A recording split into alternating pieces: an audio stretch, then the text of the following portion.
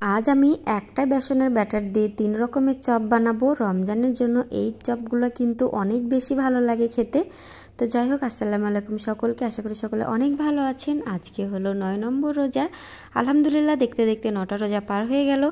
তো আমি প্রথমে আলু সেদ্ধ করে নিয়েছি আর আলুগুলোকে ভালো করে ম্যাশ করে নেব। কড়াইতে সামান্য তেল দিয়ে আমি পেঁয়াজগুলোকে ভালো করে ভেজে নিব। পেঁয়াজ একদম কুচি কুচি করে কাটতে হবে, খুব বড় করে পেঁয়াজ কাটলে কিন্তু ভালো লাগবে না। তারপরে দিয়ে দেবো আমি কাঁচা লঙ্কা কুচি, জিরের গুঁড়ো, সামান্য হলুদ গুঁড়ো আর দিয়ে দেবো লঙ্কা গুঁড়ো, সাথে একটু গরম মশলা গুঁড়ো দিলে খুব বেশি ভালো লাগে।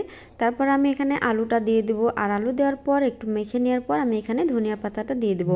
তো ওখানে ভালোভাবে কড়াইতে ভালোভাবে নাড়া হচ্ছিল না, তো সেই কারণে আমি একটা থালাতে তুলে নিয়ে ভালোভাবে মেখে নিয়েছি আলুটাকে।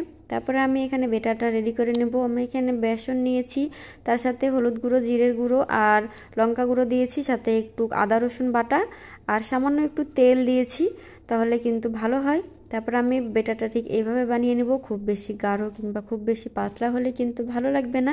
আর আমি এখানে আলুর চপ করে নিয়েছি আর করে নেব একটা ডিম সেদ্ধ করে নিয়েছি, ডিমের অর্ধেক অর্ধেক করে ভাগ করে নিয়েছি। এখানে আমি 2টো ডিমের চপ করব। সারাদিন রোজা রাখার পর চপ খাওয়া কিন্তু একেবারেই মানা, তবুও জানি না কেন আমার চপের উপরে অনেক বেশি টান হয়, আর চপ তো খাওয়া লাগবেই। তো যাই হোক, আলুর চপ আমার বানানো হয়ে গিয়েছে। তারপর আমি কড়াইতে তেল দিয়ে দিব। এবার আমি চপগুলোকে ভালোভাবে বেসনে ডুবিয়ে নিয়ে তারপর আমি তেলে দিয়ে দেবো। তো আমার মনে হচ্ছিল চামচ দিয়ে খুব একটা ভালো হচ্ছে না, তাই আমি হাত দিয়েই চপগুলোকে ভালোভাবে দিয়ে দেবো। আর এভাবে দিয়ে দেওয়ার পর ভালো করে ভেজে নিলেই কিন্তু আমাদের আলুর চপ একেবারে রেডি হয়ে যাবে।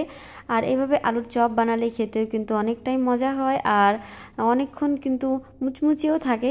তো যাই হোক, আলুর চপগুলো খুব সুন্দর হয়েছিল, আপনারাও চাইলে কিন্তু বানিয়ে নিতে পারেন। আর আমি এভাবে ডিমের চপগুলোকেও ভেজে নিব। ভেজার সময় একটু অন্যরকম খাওয়া দাওয়া আর একটু চপ তো সাথে থাকতেই হবে, নাহলে যেন ইফতার সাথে মানাই না। তো যাই হোক, আমার চপ ভাজা হয়ে গিয়েছে। তার সঙ্গে আমি আজকে কিছু মসুর ডালের বড়াও বানিয়েছি, আর মসুর ডালের বড়াও কিন্তু আমার বেশ ফেভারিট। তো যাই হোক, মসুর ডালের বড়া বানানোর জন্য আমি মসুর ডালের বড়াও কিন্তু এদিকে আমার প্রায় হয়ে গিয়েছে। তো কড়াইতে মসুর ডালের বড়া আমার খুব বেশি ভালো লাগে না, তাই ফ্রাই প্যানে করলাম। আর এদিকে অল্প একটু বেসনের বেটার বেঁচে গিয়েছিল, তাই আমি ভাবলাম যে কিছু ধনিয়া পাতা দিয়ে তাতে ধনিয়া পাতার একটা চপ বানিয়ে নিলে খুব বেশি ভালো হয়। তো আমার আজকে বেসনের ব্যাটার দিয়ে 3 রকমের চপ বানানো হয়ে গিয়েছে, আর চপগুলো মাশাআল্লাহ অনেক সুন্দর হয়েছিল। তো যাই হোক, আজকে আমার ইফতারিতে এগুলোই ছিল। তোমাদের কেমন লেগেছে অবশ্যই কমেন্ট করে জানাবে, আর ভালো লেগে থাকলে অবশ্যই একটি লাইক করবে। তো আজ এই পর্যন্তই, দেখা হবে পরের ভিডিওতে। আল্লাহ হাফেজ।